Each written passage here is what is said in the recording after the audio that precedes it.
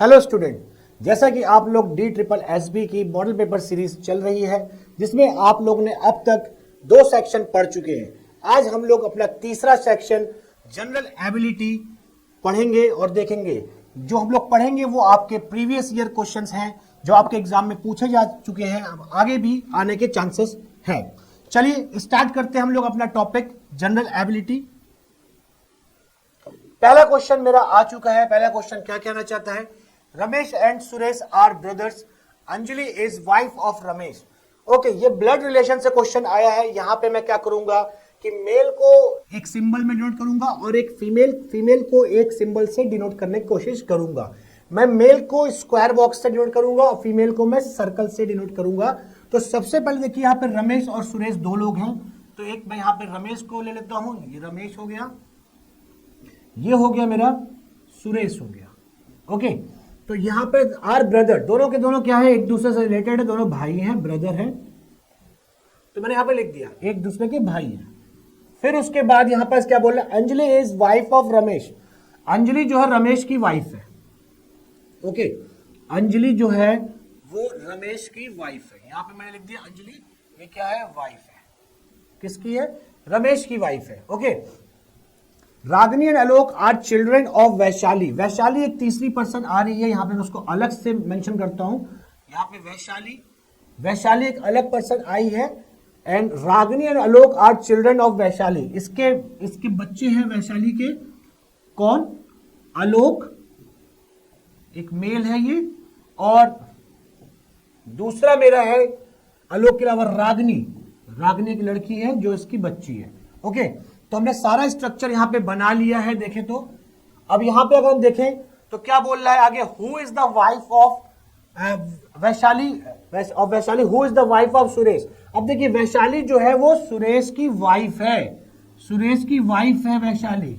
Okay, तो ये हो गया, हमारे पास स्ट्रक्चर बन चुका है। ये वाइफ है इसकी और ये भाई है। ठीक है, तो आपसे पूछा हाउ रमेश रिलेटेड टू आलोक। रमेश जो है वो आलोक से कैसे रिलेटेड है? तो भाई यहां पास ये क्या हो सकता है? या तो क्या होगा, आपका चाचा हो सकता है। भाई चाचा हो सकता है, ठीक है, अंकल। तो यहाँ पे देखिए तो ये अंकल हो गए। तो अंकल अब यहाँ पे देखते हैं पैटर्नल अंकल, मैटरनल अंकल। ठीक है, मदर का रिलेशन तो यहाँ पे है नहीं है, ये तो आपका क्या कहते हैं फादर का रिलेशन है। तो यहाँ पे क्या हो जाएगा? पैटर्नल अंकल आपका आंसर हो जाएगा। आलोक जो है रमेश के अंकल है। ओके, तो ए ऑप्शन मेरा सही जवाब है, ए। ओके, चलिए नेक्स्ट क्वेश्चन चलते हैं हम लोग। यहां पे आपका एक्सप्लेनेशन है, देख लीजिएगा। चलिए हम लोग अपना नेक्स्ट क्वेश्चन की तरफ देखते हैं। हमारा नेक्स्ट क्वेश्चन आ चुका है, क्या है?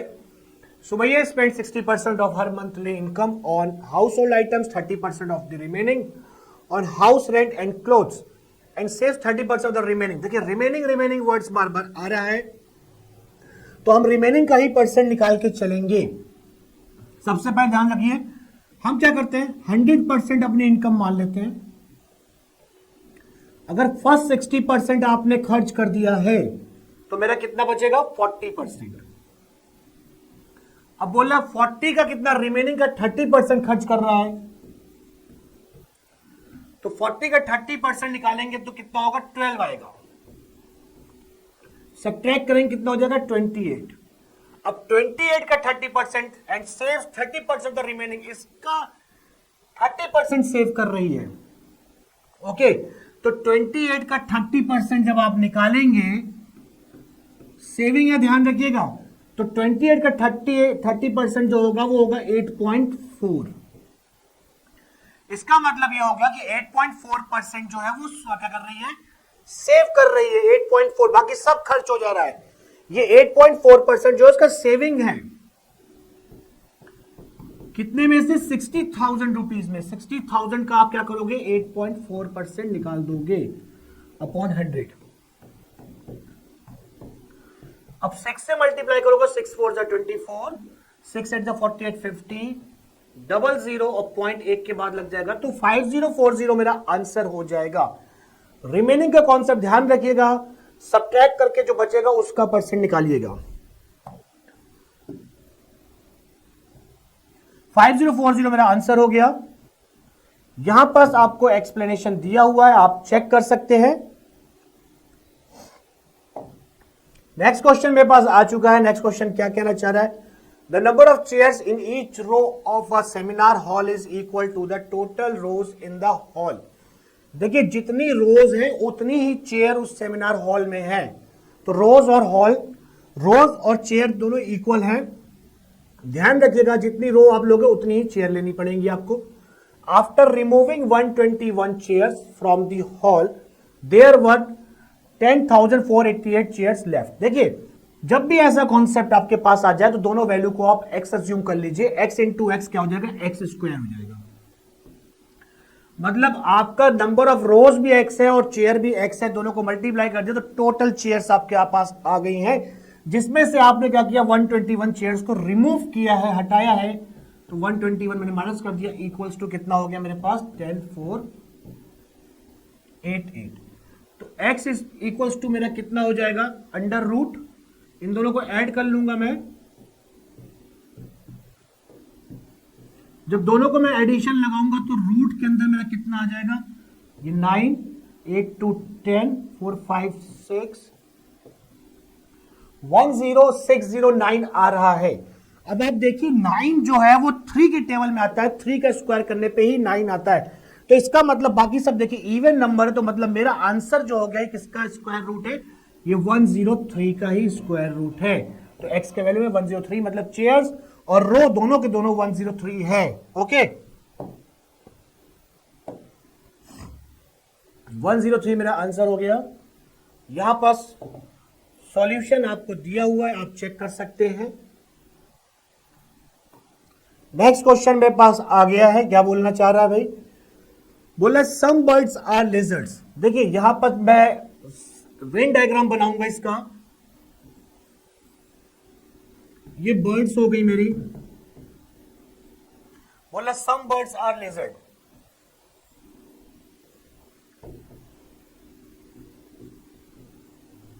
ये लिजर्ड्स हो गई, ठीक है। तो मतलब ये सम वाला एरिया, ये वाला कॉमन पोर्शन है, बर्ड्स और लिजर्ड का कॉमन पोर्शन ये वाला है। सम लिजर्ड्स आर पिकॉक।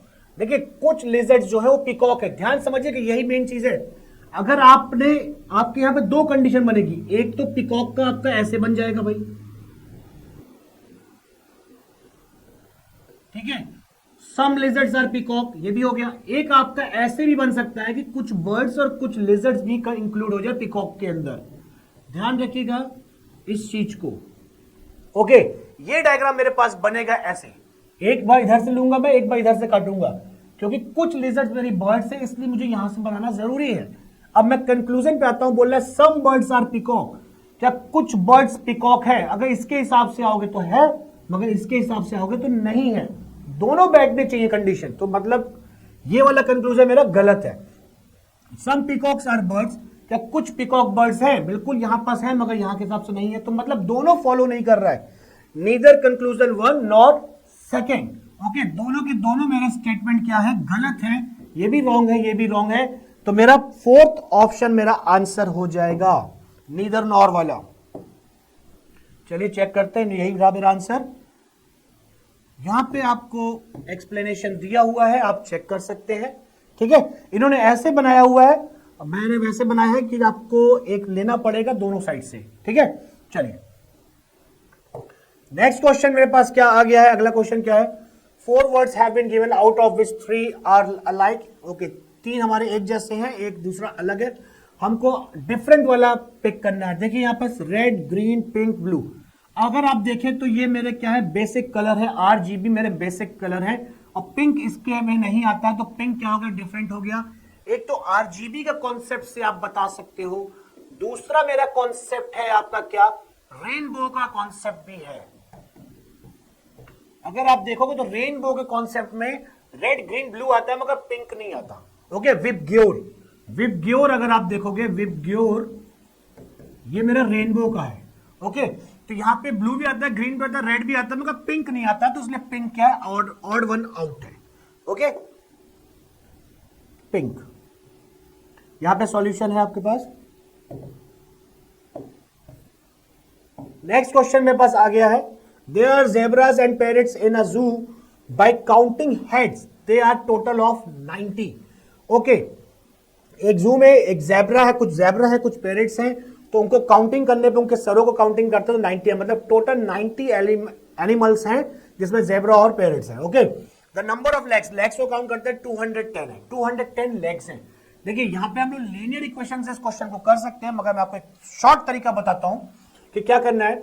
आप यहाँ पे मान लीजिए कि सारे के सारे जेब्रा हैं, सारे के सारे जेब्रा 90 है, तो अगर सारे के सारे जेब्रा हैं तो कितने लेग्स हो जाएंगे 90 के हिसाब से? भाई 4 लेग्स होता है एक जेब्रा में, 90 है तो कितना हो जाएगा? 360 लेग्स हो जाएंगे। मगर एक्चुअल में कितने? 210 है। तो कितने ज्यादा है? जो एक्स्ट्रा लेग आ रहे हैं मेरे पास वो कितने आ रहे हैं भाई एक्स्ट्रा? 360 माइनस 210 कितना हो गया? 150 लेग मेरे पास एक्स्ट्रा आ रहा है। ये आ रहा होगा आपके किसके? पैरेट्स की वजह से। पैरेट की वजह से आ रहा होगा 150 लेग। तो भाई पैरेट के लेग कितने हो जाएंगे? एक के पास 2 होते हैं तो 150 लेग हैं, तो हर एक के पास 2, तो कितने पैरेट हो जाएंगे? 75 पैरेट्स हो जाएंगे। 75 पैरेट्स मेरा आंसर हो जाएगा। ओके, देखिए जो बड़ी वाली वैल्यू होगी उसी को पूरा एजम्पशन करिएगा कि 4 पैर वाले जेब्रा को पूरा एजम्पशन किया, 360 पैर हो गए, तो 210 पैर है मगर 360 है, तो कितना हुआ? 150। वो किसकी वजह से होगा? आपका पैरेट की वजह से होगा। एक के पास 2 है, 2 से डिवाइड किया, 75 पैरेट्स मेरे आंसर हो गया। 75। यहां पर सॉल्यूशन आपको दिया हुआ है जो कि लीनियर इक्वेशन के थ्रू किया हुआ है, आप देख सकते हैं। ओके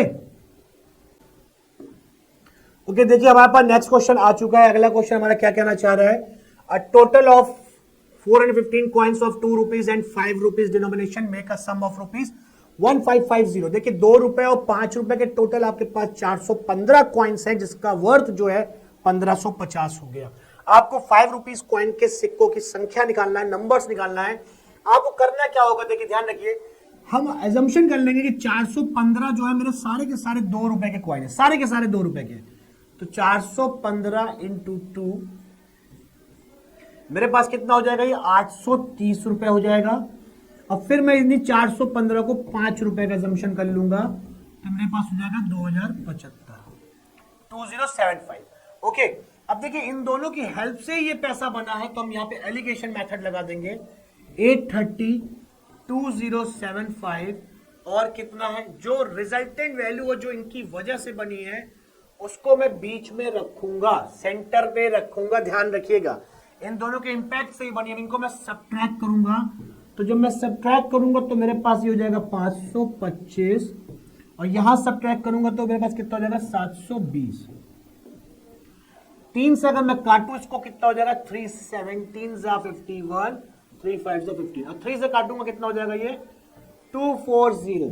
देखिए ये जो रेशियो मेरे पास आया है ये कॉइन का रेशियो आया, उनकी क्वांटिटी का रेशियो आया। अगर आप इन दोनों को जोड़ोगे तो 415 बनेगा। इसका मतलब ये क्या हुआ कि 240 कॉइन जो है वो 5 रुपए वाले हैं।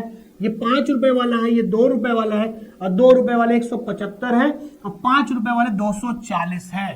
तो 240 मेरा आंसर हो जाएगा। Okay, 240 coins. ओके, यहां पे मेरा सॉल्यूशन दिया हुआ है, लीनियर इक्वेशन के थ्रू आप कर सकते हो कि दोनों का सम इसके इक्वल कर दिया, दोनों का वैल्यू के इक्वल करके उसको सॉल्व कर दिया, आपके पास क्या आ गया? एक्स और वाई की वैल्यू आ गई। ठीक है, इससे भी कर सकते हो, अब जो मैंने बताया उसके थ्रू भी कर सकते हो। नेक्स्ट क्वेश्चन देखते हैं हम लोग। अगला क्वेश्चन हमारे पास आया हुआ है, select the numbers set that is analogous to the given set 21, 7 और 126। ओके, चलिए देखते हैं क्या कहना चाह रहा है। यहां पे हमको चेक करना है कि कौन सा पैटर्न फॉलो कर रहा है। तो अगर हम यहां पर देखें तो 21 को अगर मैं 7 से डिवाइड करता हूं तो मेरे पास कितना आता है? 3 आता है। और 126 को मैं अगर 7 से डिवाइड करता हूं तो मेरे पास कितना आता है? 7 × 7, तो 3 और 18 आता है यहाँ पे डिवाइड करने पे। देखते हैं यहाँ पर भाई, यहाँ पे डिवाइड करने पे 3 आ रहा है, क्या 14 से डिवाइड करने पे 18 आएगा? 14 से डिवाइड करेंगे 14 2 जा 28 और नहीं आएगा। 14 2 जा 28, 22 पहले ही हो गया, खत्म हो गया। 11 से डिवाइड करूंगा कितना होगा? 3। ठीक है, 11 से डिवाइड करूंगा 11 × 11, 11 11 और कितना होगा? 86 होगा। नहीं कट रहा है ये तो। 11 3 जा 3, यहाँ पे देखिए 3 हो गया। 11 से डिवाइड करूंगा और जब 11 से डिवाइड करूंगा कितना होगा? 11 1 जा 11, 8। ये देखिए 3 और 18 बन रहा है। तो मतलब जब मैं इसको इससे डिवाइड करता हूँ 3 आता है, इसको इससे डिवाइड करता हूँ 18 आता है। तो ये ऑप्शन मेरा ऐसा है जहां पर कि 33 को आप जब 11 से डिवाइड करोगे तो 3 आएगा, और 198 को आप डिवाइड करोगे 11 से तो 18 आएगा। बाकी में नहीं आ रहा, बाकी में नहीं आ रहा, तो मेरा आंसर सी हो जाएगा। ओके, मेरा आंसर हो गया ये। यहां पे सॉल्यूशन दिया हुआ है, आप चेक कर सकते हैं। नेक्स्ट क्वेश्चन आ चुका है। देखिए मेरा क्वेश्चन क्या लिखा हुआ है, यहां पे लिखा हुआ है KIGEC।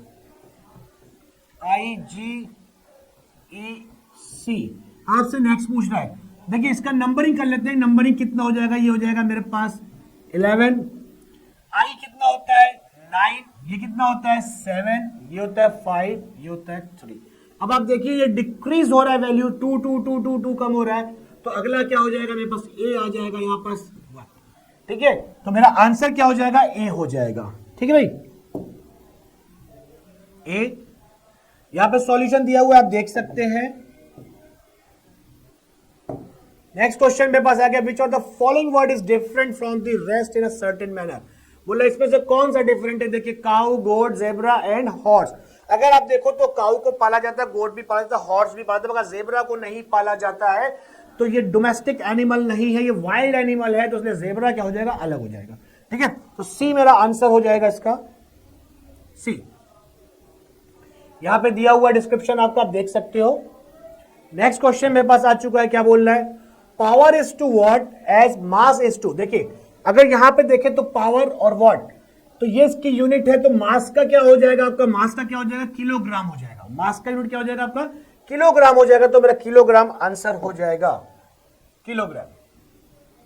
डिस्क्रिप्शन यहां पे दिया हुआ है, आप चेक कर सकते हैं। ओके, नेक्स्ट क्वेश्चन देखिए अपना, हमारा अगला क्वेश्चन 112 नंबर आ चुका है। क्या कहना चाह रहा है, select the set in which the numbers are rated in the same way as the numbers of the following sets. देखिए जैसा ये जिस टर्म्स में है उसी टर्म्स में हमको यहाँ पे चेक करना है। अगर मैं यहाँ पे देखूं 16 को आपने 4 से डिवाइड किया, कितना आ गया मेरे पास, 4 आ गया। अगर 4 को मैं 2 से डिवाइड करूंगा तो मेरे पास कितना आ जाएगा, 2 आ जाएगा। ठीक है, तो यहाँ पास हमको चेक करना है कि अगर आप 24 को 4 से डिवाइड करोगे कितना आ जाएगा आपके पास, 6 आ जाएगा। और 6 को अगर जब 2 से डिवाइड करो कितना आ जाएगा मेरे पास, 3 आ जाएगा। मुझे यही लाना है, ध्यान रखिएगा। तो 200 को जब आप 5 से डिवाइड करोगे तो कितना आएगा आपके पास, 40 आएगा। और जब 40 को आप 20 से डिवाइड करोगे तो कितना आ जाएगा, 2 आ जाएगा। देखिए ये वाला ऑप्शन मेरा मैच कर रहा है, मैं आगे नहीं जाऊंगा सॉल्व करने, मेरा ये ऑप्शन मैच कर रहा है, तो मेरा ये आंसर हो जाएगा कि 205 और 20 जो है इसी वे में लिखा हुआ है। ठीक है, तो आपको डिवीजन करके चेक करना है कि रिजल्ट फाइनली क्या आ रहा है। तो मेरा आंसर मिल गया, तो मैं आगे नहीं चल रहा। ठीक है, चलिए देखते हैं। ये रहा मेरा आंसर। आपके पास यहां एक्सप्लेनेशन दिया हुआ है, आप सारे चेक कर सकते हो। देख लीजिए यहां पास डिवाइड करा हुआ है, यहां पे 2 4 6 फॉल्स है, ये ट्रू है, ये फॉल्स है, ये फॉल्स है। ठीक है, तो मेरे सारे यहाँ पे 3 आ रहा है, यहाँ 20 है। देखिए यहाँ पे सारे सॉल्यूशन आपके लिखे हुए हैं, आप चेक कर सकते हैं। ठीक है, चलिए आगे चलते हैं। नेक्स्ट क्वेश्चन मेरे पास आ चुका है, क्या कहना चाह रहा है, MOUW नेक्स्ट क्या होगा। देखिए मैं यहां पे लिख लेता हूं M, यहां पे नेक्स्ट भरना है मुझे। M की वैल्यू कितनी होगी, 13, ये हो गई। O की वैल्यू 15 होती है, और U की वैल्यू मेरी होती है 21, और ये होती है मेरी 23। ओके, तो यहां पे डिफरेंस देखें तो +2 बढ़ रहा है, यहां पे देखें तो कितना +6 हो रहा है, यहां पे देखें तो कितना हो रहा है, +2 हो रहा है। तो यहां पे भी मेरा क्या होगा, +2 + 6, +2 + 6। तो भाई 23 में 6 ऐड करेंगे तो 3 ऐड करने पर 26 हो जाएगा Z, और 3 और आगे जोड़ देंगे तो मेरा वैल्यू क्या हो जाएगा, C हो जाएगा। C मेरा आंसर हो जाएगा, C। यहां पे सॉल्यूशन आपको दिया हुआ है, आप चेक कर सकते हैं। नेक्स्ट क्वेश्चन मेरा आ चुका है, कह रहा है no beds is a room, मतलब कोई भी बेड जो है मेरा रूम नहीं है। तो यहां पे मैं एक बेड बना देता हूं, ये बेड का सेक्शन हो गया, और एक ये रूम का सेक्शन बना देता हूं कि ये रूम का हो गया। ओके, कोई रिलेशन नहीं दोनों के बीच में। All lamps are bed, all lamps, जितने भी लैंप्स हैं वो सारे के सारे बेड हैं, सारे के सारे बेड है, ऑल लैंप्स आर बेड। ठीक है, तो यहां पे थोड़ा सा मैं करेक्शन करता हूं, पहले लैंप बनाता हूं, फिर मैं बेड बनाता हूं। और बेड और इसका रिलेशन कोई रिलेशन नहीं है, तो लैंप का भी रिलेशन नहीं होगा। जब बेड का रिलेशन रूम से नहीं है तो लैंप का भी रिलेशन नहीं होगा, ध्यान रखिएगा। तो no lamp is a room, तो कोई भी लैंप रूम नहीं है, बिल्कुल कोई भी लैंप रूम नहीं है। यहां पर देखिए, फिर क्या कह रहा है, all lamps are not room, सारे के सारे लैंप जो है रूम नहीं है। फिर क्या कह रहे हैं, all rooms are not lamps. अगर यहां पर ध्यान से समझिए, क्या कह रहे हैं, no lamp is a room, भाई लैंप और रूम है ही नहीं, बिल्कुल नहीं है भाई, स्टेटमेंट सही है। तो all lamps are not room, सारे के सारे लैंप रूम नहीं, बिल्कुल स्टेटमेंट सही है। All rooms are not lamp, सारे के सारे रूम जो लैंप्स नहीं है, मतलब ये मेरे तीनों। और सम लैंप्स आर रूम, देखिए भाई सम लैंप्स आर रूम जो है ही नहीं है। ये तो तीसरा वाला मेरा गलत है, चौथा वाला मेरा गलत है, बाकी मेरे जितने भी स्टेटमेंट यहां पास है वो तीनों सही है, मेरा चौथा रॉन्ग है मेरे वेन डायग्राम के हिसाब से, ठीक है। तो चलिए यहां पे देख लेते हैं, यहां पे ऑप्शन मेरा कौन सा हो जाएगा, only one, only two, neither. फिर यहां पे कंक्लूजन 1, 2 एंड 3 फॉलोज, ये मेरा फोर्थ वाला आंसर हो जाएगा, 1, 2, 3, ओके।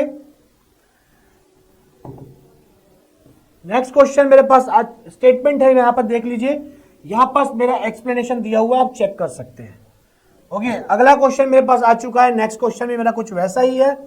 क्या कहना चाह रहा है, ऑल फ्लावर्स आर लीफ, जितने भी फ्लावर्स है सब लीफ है। तो मैंने यहां पे एक फ्लावर का सेक्शन बना लिया, एफ ले लेता हूं, सारे के सारे फ्लावर्स जो है मेरे क्या है, लीव्स है, ओके लीफ है। All leaves are root, all leaf, जितने भी लीफ है सब के सब रूट है, ठीक है, ये हो गई।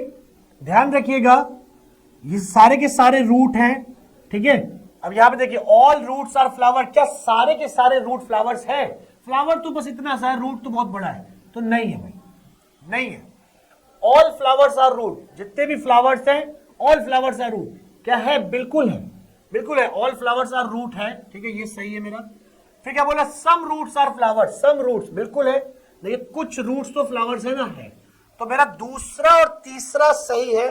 तो यहां पे देखिए कहां पे मेरा दूसरा और तीसरा आ रहा है, both conclusion second and third follows, तो दूसरा और तीसरा मेरा फॉलो कर रहा है। मैं चेक कर लेता हूं आंसर, दूसरा और तीसरा मेरा आंसर हो जाएगा, ओके। यहां पे सॉल्यूशन आपको दिया हुआ है, आप चेक कर सकते हैं। नेक्स्ट क्वेश्चन मेरे पास आ गया, select the option that can replace question, okay. यहां पे देखिए फिर से आपके पास अल्फाबेटिकल सीरीज आई है, तो देखिए जी कितना हो गया मेरे पास, 7, जे मेरा होता है 10, एम होता है 13। तो यहां पे अगर मैं देखो डिफरेंसेस मेरे पास कितने, +3, यहां पे भी +3 बढ़ रहा है, तो आगे भी +3 ही बढ़ेगा। तो +3 बढ़ेगा तो 16 पे कौन आता है, पी आता है 16 पे, तो पी मेरा आंसर हो जाएगा, पी मेरा आंसर हो गया। यहां पे एक्सप्लेनेशन दिया हुआ है आपको, आप चेक कर सकते हो। नेक्स्ट क्वेश्चन मेरे पास आ चुका है, which of the following patterns can be folded to make the cube shown in the question. देखिए यहां पास आपका एक क्यूब बना हुआ है, अब यहां पे चेक करना है कौन सा ऑप्शन जो होगा वो फोल्ड करने पे ये बनेगा। ध्यान रखिएगा, इस कॉन्सेप्ट को थोड़ा सा समझ लेते हैं, फिर हम लोग आगे की ओर चलते हैं।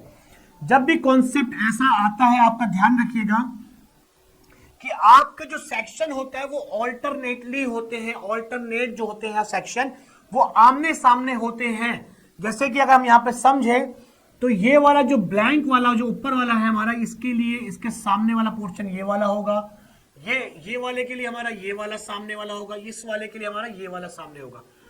एक सेक्शन छोड़ के ऑल्टरनेटली हमको चेक करना होता है, ऑल्टरनेटली। देखिए मैं बना के समझा देता हूं थोड़ा सा,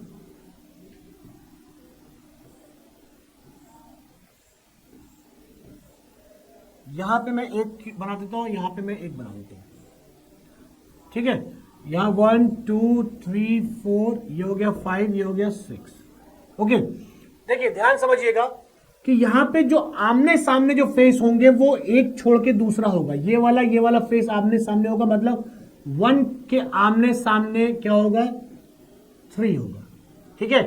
फिर उसके बाद अगर आप देखो तो ये 2 वाला जो 2 होगा वो 4 के सामने होगा, 2 और 4 आमने सामने होंगे। ऐसे ही 6 और 5 मेरा आमने सामने होंगे। ये कॉन्सेप्ट है, जब आप कोई डाइस खोलते हो तो ये निकल के ऐसे आता है, तो एक फेस को छोड़ के दूसरा फेस जो होता है वो आमने सामने होता है। ऐसे यहां पे हमको समझना है कि कौन सा फेस आमने सामने होगा। अगर आप यहां पे देखें तो यहां पे क्या हो रहा है कि दोनों ज्वाइंट जुड़ रहे हैं। अगर हम इन चीजों को फोल्ड करें, यहां पे भी जुड़ने वाला मेरे पास है, यहां पे भी जुड़ रहा है, यहां पे भी जुड़ रहा है। ये दो ऑप्शन तो है ही नहीं मेरे, देखिए ये दो ऑप्शन मेरे पास है ही नहीं मेरे, ठीक है। ये वाला और ये वाला मतलब ही नहीं, देखिए यहाँ पे कैसे जुड़ा हुआ है और यहाँ पे कैसे, है ही नहीं है। अब ये वाला पॉइंट टू पॉइंट जोड़ने वाला है, तो देखिए ध्यान से देखिएगा, तो पॉइंट टू पॉइंट वाला जोड़ने वाला अगर इसको आप लाओगे तो इसके पास यहाँ पे आ जाएगा, तो मेरा जो सही ऑप्शन बनेगा वो डी वाला बनेगा। यही मेरा आंसर हो जाएगा, ठीक है। ये मेरा आंसर हो गया।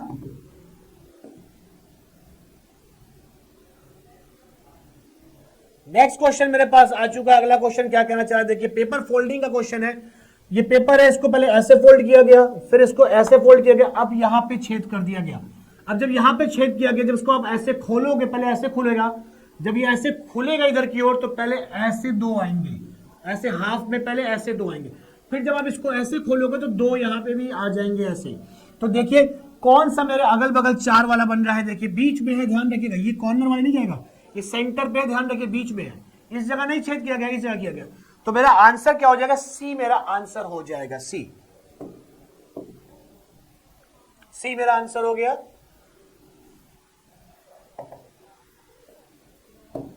नेक्स्ट क्वेश्चन मेरे पास आ गया, यहां पे बोला है कि ये diagram, select the figure from 1 2 3 4, इनमें से चेक करना है मुझे, इनविच द गिवन फिगर एक्स, ये वाला फिगर इनमें से किसमें एम्बेडेड है, मतलब किसमें ये वाली आकृति बन रही है।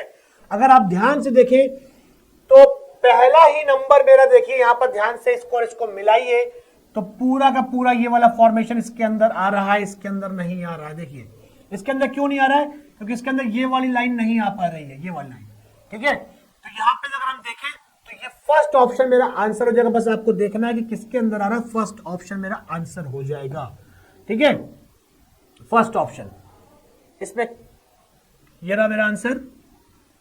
नेक्स्ट क्वेश्चन, अगला क्वेश्चन मेरे पास आ चुका है, एक सीरीज दे रहा है आपको, select the option that is correct for the bracketed terms with respect to their inclusion in the given series.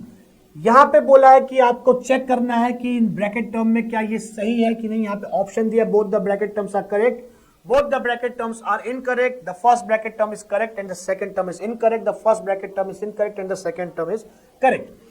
अब देखिए यहां पर नंबर को ध्यान समझिए, 2 3 5 7 11 13 17 19 सारे के सारे प्राइम नंबर है ऊपर, देखिए प्राइम नंबर है ऊपर 5 5 7, यहां पे 3 होना चाहिए, ये 3 होगा ये, ओके, 3 5 7 11 11 13 17 19 21 यहां पे नहीं होगा, यहां पे 23 होगा अगर प्राइम नंबर के हिसाब से चलेंगे, तो 21 नहीं होगा। 11 is right, this one is right, but that one is wrong. ये क्या हमारा रॉन्ग है, 19/21 हमारा क्या होगा, रॉन्ग हो जाएगा। 7/11 हमारा सही होगा। अगर डिफरेंसेस भी देखोगे 3 और 5 का बीच का 2 का डिफरेंस, 2 का डिफरेंस, यहाँ 4 का डिफरेंस, फिर 2 का, फिर 2 का, फिर 4 का, फिर 2 का, फिर यहाँ पे डिफरेंसेस डिस्टर्ब कर रहा है, डिफरेंस का कॉन्सेप्ट सही नहीं बैठेगा। यहाँ पे जो मेनली कॉन्सेप्ट है वो है आपका प्राइम नंबर का। यहाँ पे 21 है, 21 प्राइम नहीं होता, 23 होता है। तो मेरा आंसर क्या हो जाएगा, पहला सही है, दूसरा गलत है। तो कौन सा option, the first bracket term is correct, बिल्कुल, and the second term is incorrect. तो मेरा आंसर ये वाला हो जाएगा, सी मेरा आंसर हो जाएगा। ओके, चलिए चेक करते हैं, सी मेरा आंसर हो गया। यहां पर आपका सॉल्यूशन दिया हुआ है, डिफरेंसेस निकाल के दिया हुआ, बट मैं कहूंगा कि प्राइम नंबर की ज्यादा प्रायोरिटी होती है, इस बात को ध्यान रखिएगा। ओके, तो हम लोग ने आज 20 क्वेश्चंस रीजनिंग के डिस्कस किए, आपको समझ में आए होंगे। तब तक के लिए चलिए हम लोग रखते हैं, इन चीजों को कंप्लीट कर लिया है हम लोग ने रीजनिंग सेक्शन अपना। तब तक के लिए धन्यवाद। हेलो एवरीवन, चलिए अब देखते हैं जनरल अवेयरनेस के यहाँ से क्वेश्चन 20 MCQs आपके as per the previous year paper, जैसा पैटर्न था सेम उसी के ओरिजिनल पेपर्स यहाँ पर डिस्कस करेंगे। 20 MCQs यहाँ पर देखेंगे और इसके एक्सप्लेनेशन पूरे हमें देखने हैं।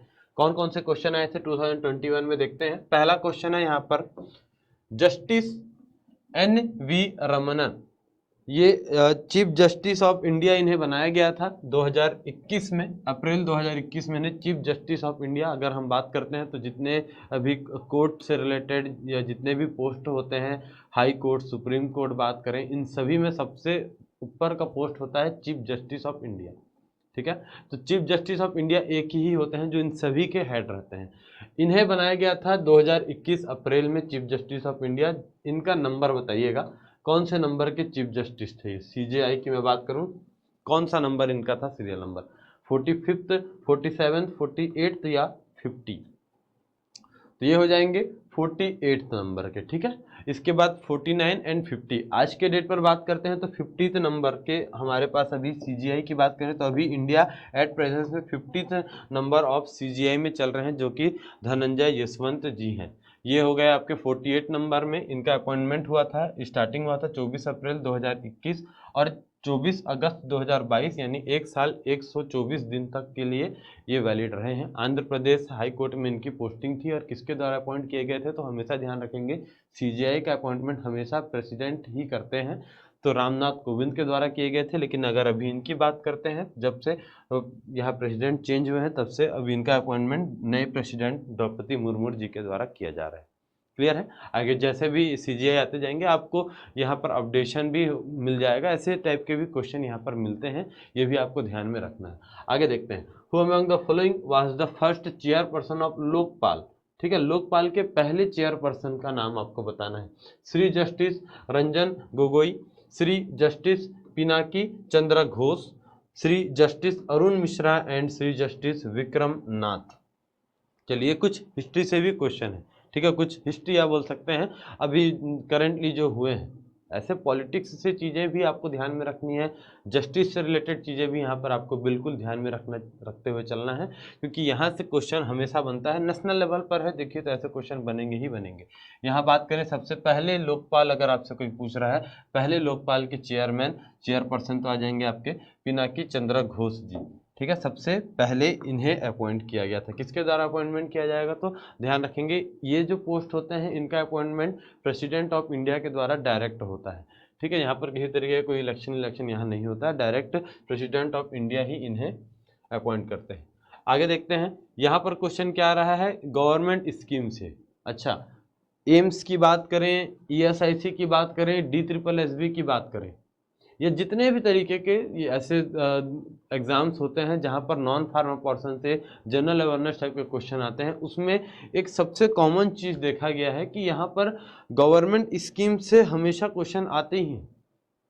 गवर्नमेंट के द्वारा जो भी स्कीम चलाए गए हैं जो मेनली पॉपुलर हैं, तो वो हमेशा क्वेश्चन आते हैं। डिफेंस से क्वेश्चन आते हैं, स्पोर्ट्स से, एंटरटेनमेंट से, बुक्स एंड ऑथर्स से, ये सारे सेक्टर से क्वेश्चन आते ही हैं। तो आपको यहाँ से एक मोटा मोटी आइडिया हो जाएगा कि कौन कौन से सेक्टर से क्वेश्चन निकल कर आ रहे हैं। यहाँ पर देखिएगा, who among the following launch the पोषण अभियान। ठीक है, पोषण अभियान किसके द्वारा लॉन्च किया गया था इंडिया में, जो malnutrition and address it in a mission mode in 2018। इसका मेन काम क्या था कि 0 से लेके 6 साल वाले बच्चों को प्रॉपर तरीके से न्यूट्रिशन प्रोवाइड करें, ताकि माल न्यूट्रिशन से उन्हें बचाया जा सके, कुपोषण से उन्हें बचाया जा सके। तो ये अभियान किसके द्वारा लाया गया था, श्री नरेंद्र मोदी, जो एट प्रेजेंट प्राइम मिनिस्टर हैं इंडिया के।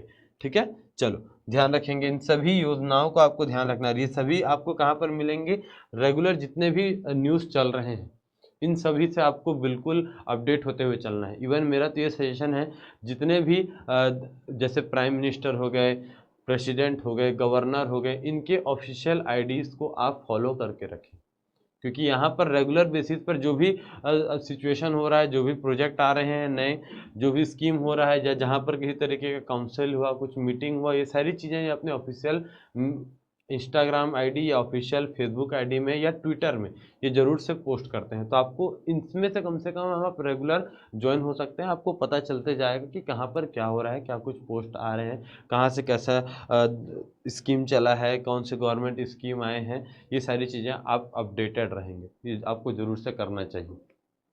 आगे देखते हैं, who among the following is the first Indian prime minister to preside over UNSC United State Service Council, ठीक है, सर्विस या सिक्योरिटी काउंसिल हम बोल सकते हैं। इट मीन्स यूनाइटेड लेवल पर, नेशनल लेवल पर हम बहुत सारे कंट्रीज़ के बीच में एक सिक्योरिटी पर हम काम कर सकें, एक सिक्योरिटी पॉलिसी आ सके कि हम नेशनल लेवल पर या इंटरनेशनल लेवल पर हम एक दूसरे को कभी भी किसी तरीके का इनसिक्योरिटी नहीं करेंगे, या हम किसी के यहाँ इलीगल तरीके से हम यहाँ पर किसी तरीके का एक्शन नहीं करेंगे, एक पीस बनाकर रखेंगे, सिक्योरिटी लेवल पर एक पीस बनाकर रखेंगे। ये काउंसिल, ये मीटिंग जो हुआ था, इसे सबसे पहले कौन से प्राइम मिनिस्टर के द्वारा किया गया था?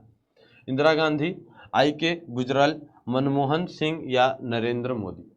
तो ये नरेंद्र मोदी के द्वारा ही ये मीटिंग को ऑर्गेनाइज करवाया गया था। फुल फॉर्म की बात करते हैं तो यूनाइटेड नेशन सिक्योरिटी काउंसिल, ठीक है। इसके अंतर्गत हम यूनाइटेड लेवल पर हम पीस मेंटेन करके रखेंगे, हम सिक्योरिटी लेवल हम प्रॉपर मेंटेन करके रखेंगे, कभी भी इलीगल तरीके से एक दूसरे पर हमें अटैक नहीं करना है, पीस मेंटेन करके रखना है।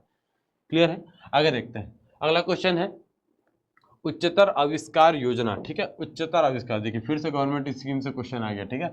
Was announced in need of the industry and thereby improve the competitive with a view of promoting innovation of a higher order that directly impact the edge of Indian manufacturing, ठीक है। ये योजना कब लागू किया गया इंडिया में, जिसके अंतर्गत इंडिया में इंडस्ट्री लेवल को और बढ़ाना है और विकसित करना है, मैन्युफैक्चरिंग ज़्यादा से ज़्यादा बढ़ाना है, ताकि हम अपने लिए एक अच्छा प्लेटफॉर्म बना सकें इंडस्ट्री लेवल पर। ये योजना किया गया था 2015 में, ठीक है। इनके डेट्स आपको ध्यान में रखने हैं।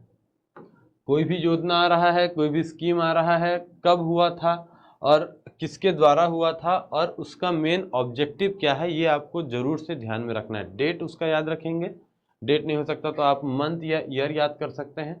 दूसरा, आपको उसका बेनिफिट याद रखना है, उस योजना के अंतर्गत होना क्या है और किसके द्वारा अनाउंस किया गया था। ये तीन चीज़ें आपको जरूर से ध्यान में रखनी है, क्वेश्चन यहीं से निकल कर आता है। आगे देखते हैं, which Indian scientist introduce six sense variable gestural computing technology, ठीक है। सिक्स सेंस वाले, यहाँ पर सिक्स सेंस में काम करने वाले टेक्नोलॉजी किसके द्वारा बनाया गया था?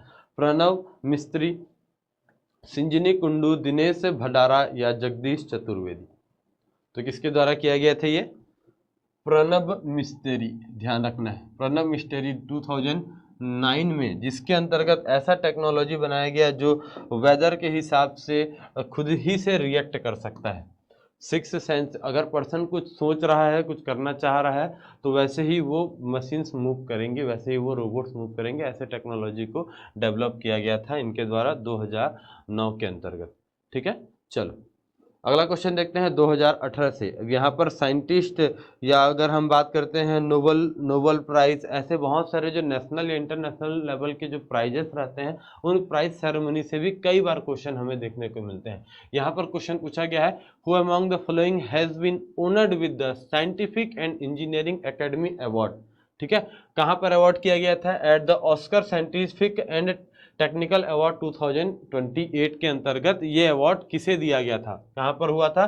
लॉस एंजल्स कैलिफोर्निया में ये इवेंट हुआ था। ये अवार्ड किस साइंटिस्ट को दिया गया था? इंडिया के ही साइंटिस्ट हैं, किसे दिया गया था आपको ये बताना है। शिवा आयादुराई, विकास सताय, अनिल काकोदकर एंड सुब्रमण्यम रामादुराई।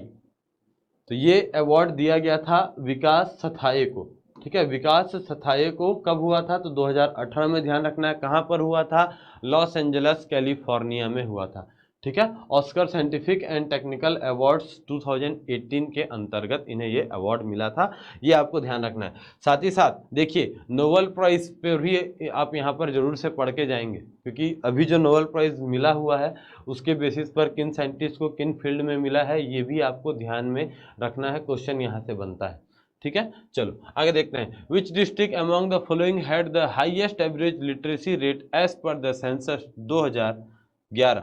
जब सेंसस 2011 में जब जनसंख्या जब जनगणना की गई थी उस समय उसके बेसिस पर सबसे ज़्यादा लिटरेसी रेट वाले सिटी का नाम बताना, मतलब जहाँ पर सबसे ज़्यादा लिटरेसी रेट वहाँ रहे, सबसे ज़्यादा लोग वहाँ के पढ़े लिखे वाले हैं, ऐसे ऐसे सिटी का हमें नाम बताना है 2010 के काउंटिंग के हिसाब से। कैम्फाई, माहे, कोटायाम या सरचिप?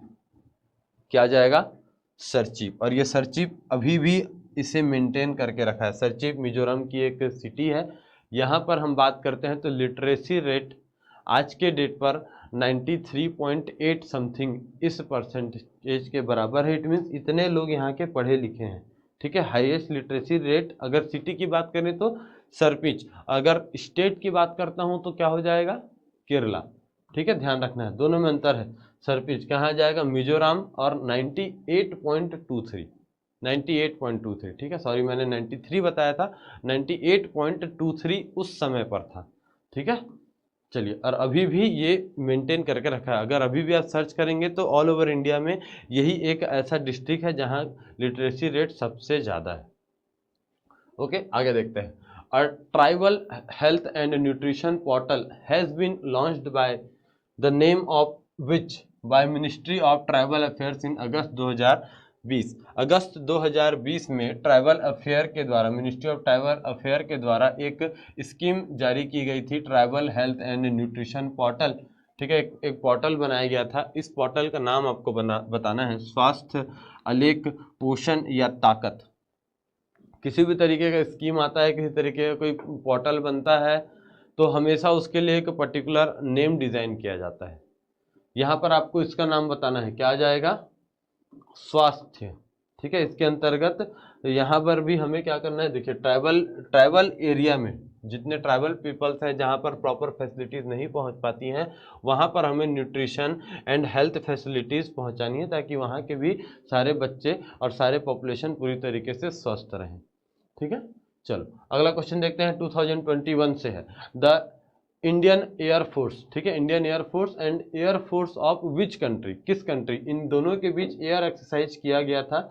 इन दोनों के बीच एयर एक्सरसाइज किया गया था, कब किया गया था? तो ये बताया गया है डेजर्ट नाइट 21 के नाम से किया गया था। ड्रिल बिटवीन जनवरी 20 जनवरी से लेकर 24 जनवरी 2021 में इंडियन एयरफोर्स और इनमें से किस कंट्री के एयरफोर्स के बीच में एक एयर एक्सरसाइज किया गया था? तो यह आ जाएगा आपका फ्रांस, ठीक है। फ्रांस के अंतर्गत एयर फोर्स ऑफ फ्रांस, ठीक है, एयर फोर्स ऑफ फ्रांस के अंतर्गत इन दोनों के साथ इंडियन एयरफोर्स और फ्रांस के एयरफोर्स दोनों के बीच में एक एयर एक्सरसाइज जोधपुर में जनवरी 2020 से 2021 में किया गया था, ठीक है। जिसके अंतर्गत इन्होंने बहुत सारे प्रैक्टिस करके आपस में इन्होंने कोऑपरेट करते हुए बहुत सी ऐसी प्रैक्टिस की, बहुत सी टेक्नोलॉजीज़ को आपस में शेयर किया। कुछ इन्होंने भी सीखा, कुछ फ्रांस वालों ने भी हमसे सीखा, हमने उनकी टेक्नोलॉजीज अपनाई, उन्होंने हमारे ट्रिक्स भी अपनाए, ठीक है। ऐसे लगभग अधिकतर ऐसे एक्सरसाइज होते ही रहते हैं और रिसेंटली अभी बेंगलोर में भी ऐसे एक्सरसाइज हमें देखने को मिले हैं। ये भी आप एक बार ज़रूर से सर्च करके देख लेंगे। इंडिया और ऑस्ट्रेलिया के बीच में एक, यहाँ पर भी इंडियन नेवी के बीच में एक ऐसा एक्सरसाइज हुआ था वाटर लेवल पर, तो आप वो भी एक बार जरूर से चेक करेंगे। हो सकता है आने वाले क्वेश्चन में वो इम्पोर्टेंट बन जाए क्योंकि अभी रिसेंटली वो हुआ है 2023 में। तो 2024 में जो भी आपका एग्ज़ाम होगा उसमें मेनली क्वेश्चन 2023 के रहेंगे, ठीक है। यहाँ पर क्यों 2021 के क्वेश्चन आ रहे हैं? क्योंकि ये पेपर कब हुआ था? 18 नवंबर 2021। क्वेश्चन कब का आया है? जनवरी। देखिए ये इवेंट कब का है? जनवरी 2021 का। तो जनवरी का है, इस कारण से 2021 के एंडिंग में आ रहा है। लेकिन यहाँ में फरवरी, अगर मैं 2024 की बात करता हूँ, जस्ट अभी अपन स्टार्टिंग में है, तो इट में भी चांसेस ये हैं कि 2023 के रिलेटेड सारे क्वेश्चंस यहीं से आएंगे। क्योंकि जब भी एग्ज़ाम होता है, एग्ज़ाम से कम 3 महीने आप छोड़ दें। एग्ज़ाम जिस दिन होना है उसके 3 महीने पहले तक के क्वेश्चन नहीं आते, उसके पहले क्या आते हैं? 4, 5, 6 या ऊपर आप जितना जा सकते हो, ठीक है। चलो आगे देखते हैं। In which year was the defence research and development organisation establish, जिसे हम DRDO के नाम से जानते हैं। DRDO नाम तो सुना ही होगा आपने, DRDO। ये इसका एस्टेब्लिशमेंट किस साल में हुआ था? 47, 52, 56 या 58? कब हुआ था? 1958। देखिए डीआरडीओ हम सभी जानते हैं, डीआरडीओ क्या है, उसका काम क्या है, हमें ये सब कुछ पता है, लेकिन उसका एस्टेब्लिशमेंट हमने कभी ध्यान दिया? कब एस्टेब्लिश किया गया? तब यहाँ पर फंस गए। ठीक है, तो डीआरडीओ 1958 में इसे एस्टेब्लिश किया गया और इसका काम क्या है? इंडियन आर्मी के लिए या पूरे इंडिया के सभी फोर्स के लिए, एयर की बात करें, वाटर की बात करते हैं, लैंड की बात करते हैं, इन तीनों ही फोर्स के लिए जितने भी इंस्ट्रूमेंट चाहिए, मिसाइल्स चाहिए, वेपन्स चाहिए, इन सभी का डेवलपमेंट, इन सभी को बनाने वाली ऑर्गेनाइजेशन हो गई आपकी डीआरडीओ। ठीक है, मेनली नाम में ही इसका छुपा हुआ है, आपको मिल जाएगा। ठीक है, चलो आगे देखते हैं। ये डिफेंस से क्वेश्चन ना, यहाँ से अब डिफेंस वाले क्वेश्चंस भी आपको देखने को मिले यहाँ पर। Which one of the following is an indigenous developed rocket launched from a multi barrel rocket launcher? ठीक है, मल्टी बैरल रॉकेट लॉन्चर से इनमें से किस रॉकेट को लॉन्च किया गया था? नैतिका रॉकेट, पिनाका रॉकेट, पिटारा रॉकेट या शक्ति रॉकेट? क्या जाएगा यहाँ पर आपका? पिनाका रॉकेट। ठीक है, इस रॉकेट की मारक क्षमता 40 से 60 किलोमीटर तक है। 40 से 60 किलोमीटर तक ये बिन चूके ये वॉर कर सकती है। ठीक है, 42, 41 एंड 43 सेकेंड में ही कर सकती है, 44 सेकेंड में। चलो आगे देखते हैं। In the dash which was India's first indigenous developed ballistic missile product by the Integrated Guided Missile Development Program? ठीक है, integrated guided missile development programme के अंतर्गत इंडिया का पहला बैलिस्टिक मिसाइल कौन सा है, ये बताना है आपको। पृथ्वी, अग्नि, आकाश, वायु। चलिए क्या आ जाएगा? Ballistic missile. और कौन से प्रोग्राम के अंतर्गत? तो इंटीग्रेटेड गाइडेड मिसाइल, यानी ये कम एटीट्यूड में भी चल सकते हैं, बहुत दूर तक ये वॉर कर सकते हैं। इनका मारक क्षमता की अगर मैं बात करता हूं तो लगभग 950 किलोमीटर,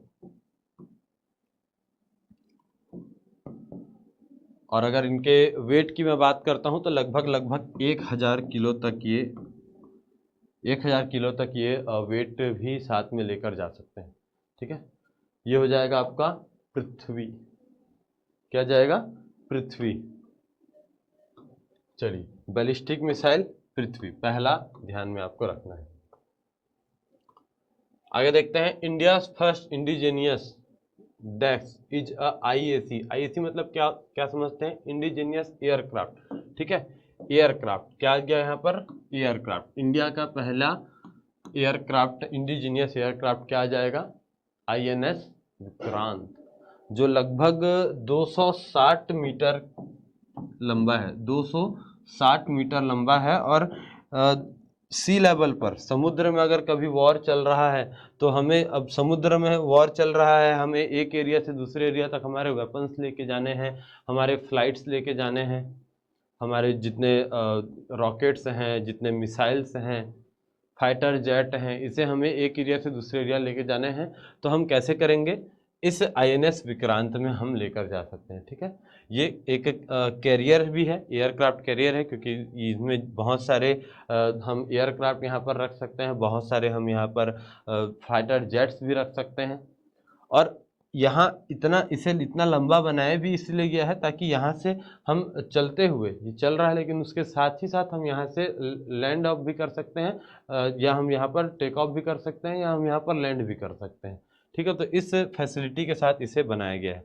एनएस विक्रांत, आपने कई बार इसकी डॉक्यूमेंट्री फिल्म में देखी भी रही होंगी अगर आप नेशनल ज्योग्राफी देखते हैं तो। आगे देखते हैं। As per Hindu calendar Hemant ritu will fall in which period? Hemant ऋतु किस समय में आता है?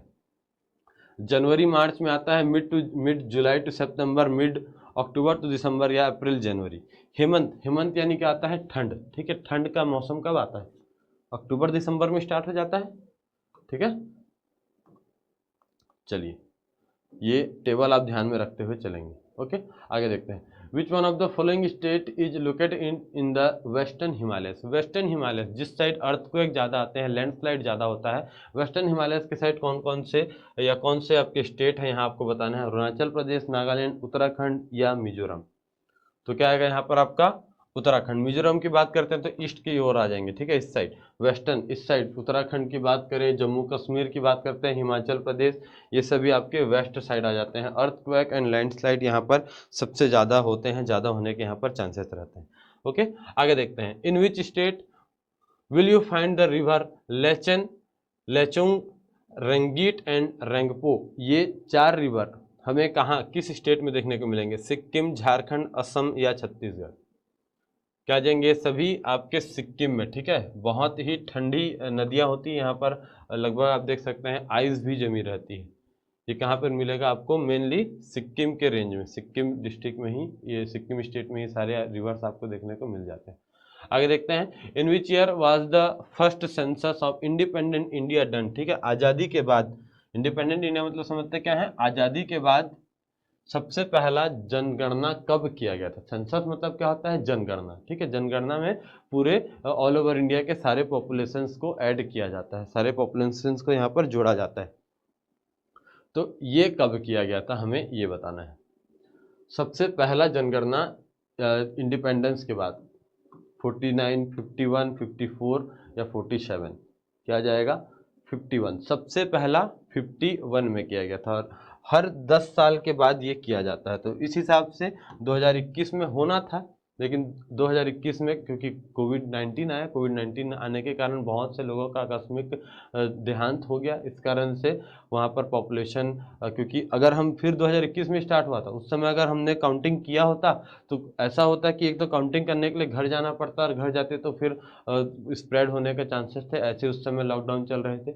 दूसरा ये है कि वो पेंडेमिक चल रहा था उस समय, और इसमें भी चांसेस ये हो सकता है कि हमने, मानकर चलते हैं, हमने सोचा, हमने किसी एक डिस्ट्रिक्ट की मैं बात करता हूँ, किसी डिस्ट्रिक्ट की में अगर हमने सोचा कि यहाँ पर 10,000 पॉपुलेशन है, लेकिन वहाँ क्योंकि पेंडेमिक वहाँ चल रहा है, तो इसमें भी चांसेस है कि वहाँ पर 1,000 की मृत्यु हो गई। तो अब हमारे तो डेटा गड़बड़ा गए ना, हमने 10,000 देखा था, लेकिन अब अभी क्या है, एट प्रेजेंट वहाँ पर 9,000 है। इस कारण से अभी जनगणना को थोड़ा सा पोस्टपोन किया गया है, और इसके बाद आने वाले इसमें भी शायद 2024 या 25 में ये फिर से जनगणना होगा, और वैसे ही यहाँ पर चलेगा। यहाँ पर बात करते हैं तो सबसे पहले यहाँ 1951 में किया गया था, फरवरी में किया गया था, ठीक है। 19th to 28 फरवरी में किया गया था, ठीक है, ध्यान रखना है यहाँ पर। और उस समय लगभग 36 करोड़ आबादी थी इंडिया की। चलिए आगे देखते हैं। As per household social consumption education in India as part of the 75th round of Indian national sample survey from July 2017 to June 2018 is the most literate rate, ठीक है। मोस्ट लिटरेट रेट अगर हम 2017 से 2018 की बात करते हैं तो इस समय पे सबसे ज़्यादा लिटरेसी वाली स्टेट का नाम बताना है, गोवा, सिक्किम, मिजोरम या केरला। चलिए, वन वर्ड आपका आंसर होना चाहिए तुरंत, केरला। क्या जाएगा? केरला, ठीक है। अभी भी सबसे ज़्यादा लिटरेसी रेट केरला में ही प्रेजेंट है, उसके बाद दिल्ली, उत्तराखंड, हिमाचल, असम, और ऐसे करते हुए आपको देखते हुए चलना है। क्लियर है? आगे देखते हैं। Where in India was the headquarter of the Theosophical Society established in India in the year 1882? किस स्टेट में या किस एरिया में, किस सिटी में इसे इस्टेब्लिश किया गया था? कलकत्ता, मद्रास, लखनऊ या दिल्ली? 1882 की बात करते हैं, ठीक है। मद्रास में किया गया था, ध्यान में आपको रखना है। इन सोसाइटी के पर्सन्स के द्वारा यहाँ पर इस्टेब्लिश किया गया था, और साथ ही साथ फाउंडेड बाय, ये आपको ध्यान रखना है, मादामे HP बलत्स्काय, इनके द्वारा ये एस्टेब्लिश किया गया था, ठीक है। तो ये सभी क्वेश्चंस आपको बिल्कुल रिमेंबर करते हुए चलना है। प्रीवियस ईयर के क्वेश्चन हैं, और देखिए यहाँ पर कैसे पैटर्न आए हैं। हिस्ट्री से भी क्वेश्चन आए हैं, डिफेंस से, एंटरटेनमेंट से क्वेश्चन आपको मिल जाएंगे, स्पोर्ट्स से क्वेश्चन यहाँ पर, और साथ ही साथ इसके बाद आप यहाँ पर देखे होंगे आपने गवर्नमेंट स्कीम्स से क्वेश्चन। जैसा यहाँ पर पैटर्न फॉलो हो रहा है, उस पैटर्न को समझ के आपको भी उसी बेसिस पर प्रिपरेशन करनी है। Okay, with this thank you. आप कंटिन्यू करेंगे आगे वाले क्वेश्चन के साथ। Thank you all.